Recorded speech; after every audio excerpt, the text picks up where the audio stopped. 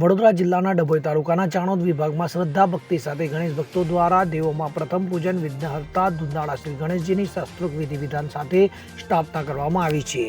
તો ગણેશ ચોથથી સ્થાપિત ગણેશજીને 10 દિવસ શ્રદ્ધા ભક્તિ સાથે આરતી પૂજન ભક્તિ કીર્તન ધારા ગણેશજીની આરાધના ભક્તો દ્વારા કરવામાં આવી રહી છે। ત્યારે ગણેશજીના પંડાલો વિવિધ ડેકોરેશનથી સજાવવામાં આવ્યા છે। તો રોશની હાર ધોરણથી શેરી મહોલ્લાઓ ઝગમગી ઉઠ્યા છે।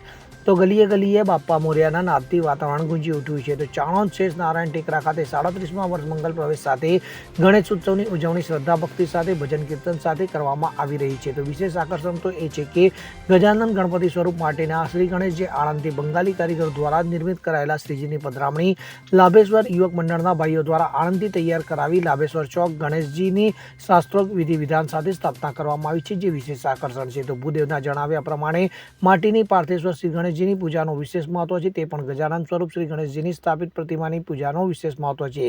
તો ચાણોદ ખાતે શેષ નારાયણ ટેકરા લાભેશ્વર યુવક મંડળ દ્વારા 37મા વર્ષે શ્રી ગજાનંદ ગણેશની સ્થાપના કરાયેલ દ્રશ્યમાન જોવા મળી રહ્યું છે। આ ઉપરાંત મુખ્ય બજાર 4 રસ્તા ખાતે તરવાડી ટેકરા ખાતે તેમજ ચોકસી બજાર ખાતે શ્રી ગણેશજી સ્થાપિત કરી ગણેશ ઉત્સવની ભક્તો દ્વારા શ્રદ્ધા ભક્તિ સાથે ઉજવણી કરવામાં આવી રહી છે।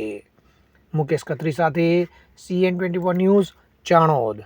હવે જુઓ દેશ દુનિયાની તમામ ખબરો તમારી આંગળીના ટેરવે।